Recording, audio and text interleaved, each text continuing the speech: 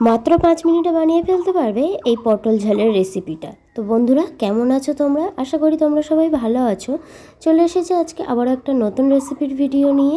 চলো আজকের ভিডিওটা তাহলে শুরু করি। প্রথমে পটলগুলোকে খোসা ছাড়িয়ে মাঝখান দিয়ে এরমভাবে কেটে নিতে হবে। এপাশ ওপাশ থেকে পুরোপুরি দুফালি করব না, কিন্তু মাঝখান দিয়ে অর্ধেকটা চিড়ে নিতে হবে। তারপর ভালো করে ধুয়ে জল ঝরিয়ে এর মধ্যে লবণ দিয়ে দিতে হবে। লবণটা সমস্ত পটলের সাথে খুব ভালো করে মাখিয়ে বেশ কিছুক্ষণের জন্য রেস্টে রেখে দিতে হবে। এদিকে নিয়েছি দুটো এই রকম সাইজের পেঁয়াজ, রসুন নিয়েছি একটু কম পরিমাণেই, বেশি লাগবে না, আর নিয়েছি আদা। এবার পেঁয়াজগুলোকে ঠিক এই রকম একদম কুচি কুচি করে সমস্ত পেঁয়াজগুলোকে কেটে নিতে হবে। এরপর বাটনা করে নিতে হবে। রসুনগুলো একদম হালকা চাপ দিয়ে বেটে নিতে হবে, আর আদাটা একটু মিহি করেই বাটনাটা করতে হবে।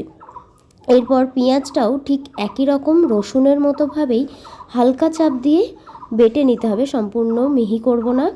এদিকে নুন মাখিয়ে রাখা পটলের মধ্যে পরিমাণ মতো হলুদটাকে দিয়ে সুন্দর করে সমস্ত হলুদটা সব পটলের গায়ে ভালোভাবে মাখিয়ে নিয়ে কড়াইয়ে তেল গরম করতে দিয়ে একে একে সমস্ত পটলগুলোকে তেলের মধ্যে দিতে হবে। একসাথে সবগুলো না হলে অল্প অল্প করে দিতে হবে। খেয়াল রাখতে হবে পটলের সমস্ত দিকটা যেন সমানভাবে ভাজাটা হয়, তাই একটু উল্টে পাল্টে ভালো করে ভেজে নিতে হবে। দেখো এইরকমভাবে লাল লাল করে ভাজলেই হবে। পটলটা আমার ভাজা হয়ে গিয়েছে। এবার তেল ঝরিয়ে একটা শুকনো পাত্রে তুলে নেব। সব পটলগুলোকে তুলে নেওয়ার পর এই একই তেলের মধ্যে দিয়ে দেব বাকি কাঁচা পটলগুলোকে ভেজে নেওয়ার জন্য।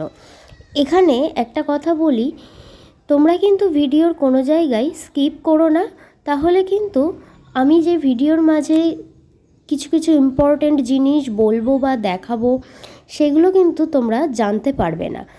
আর যেহেতু আমি এই রেসিপিটা বানাবো একদম হেলদিভাবে, খুব কম তেলে, সেহেতু এখানে এই যে পটল ভাজার পরে যে তেলটা বেঁচে যাবে, এই তেলটাই আমি কাজে লাগাবো রান্নার জন্য। তাই এই তেলের মধ্যেই দিয়ে দিয়েছি বেটে রাখা পেঁয়াজগুলোকে।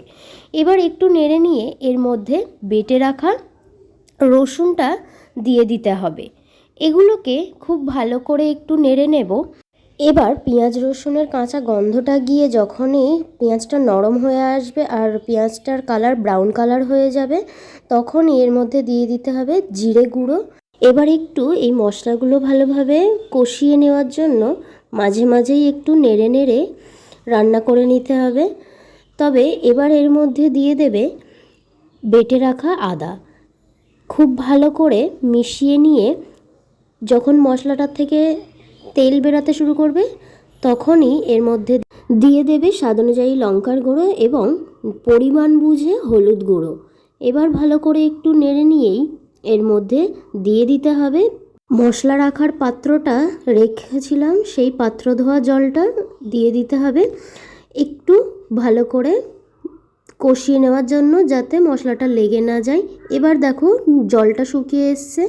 এর মধ্যে এবার ভেজে রাখা পটলগুলোকে দিয়ে দিতে হবে। পটলগুলোকেও মশলাটার সাথে আরও একটু রান্না করে নিতে হবে কিছুক্ষণের জন্য।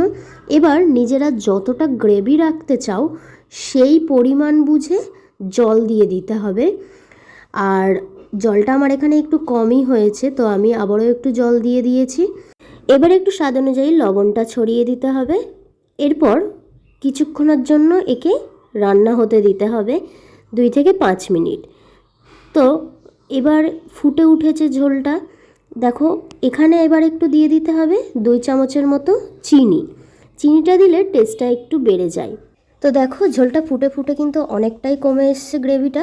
এবার আমরা এটাকে নামিয়ে নেব। রান্নাটা আমাদের কমপ্লিট হয়ে গিয়েছে। তো আজকের ভিডিওটা কেমন লাগলো অবশ্যই কিন্তু কমেন্টে এসে একবার আমাকে জানিয়ে যেও। কোনো ভুল হলে সেটাকেও বলো, আমি তাহলে সেটাকে শুধরে নিতে পারবো। আর ভালো লাগলে অবশ্যই কিন্তু লাইক করো, ভুলো না যেন লাইক করতে। আর যারা এখনও পর্যন্ত আমার চ্যানেলটিকে সাবস্ক্রাইব করোনি তাদেরকে অনুরোধ করছি সাবস্ক্রাইব করে আমার পাশে থাকো, তাহলে তোমরা এরকম নতুন নতুন ভিডিও আবারও সহজেই পেয়ে যাবে। আজকের মতো এখানেই শেষ করছি। দেখা হচ্ছে পরবর্তী কোনো নতুন ভিডিওর সাথে। ধন্যবাদ সবাইকে।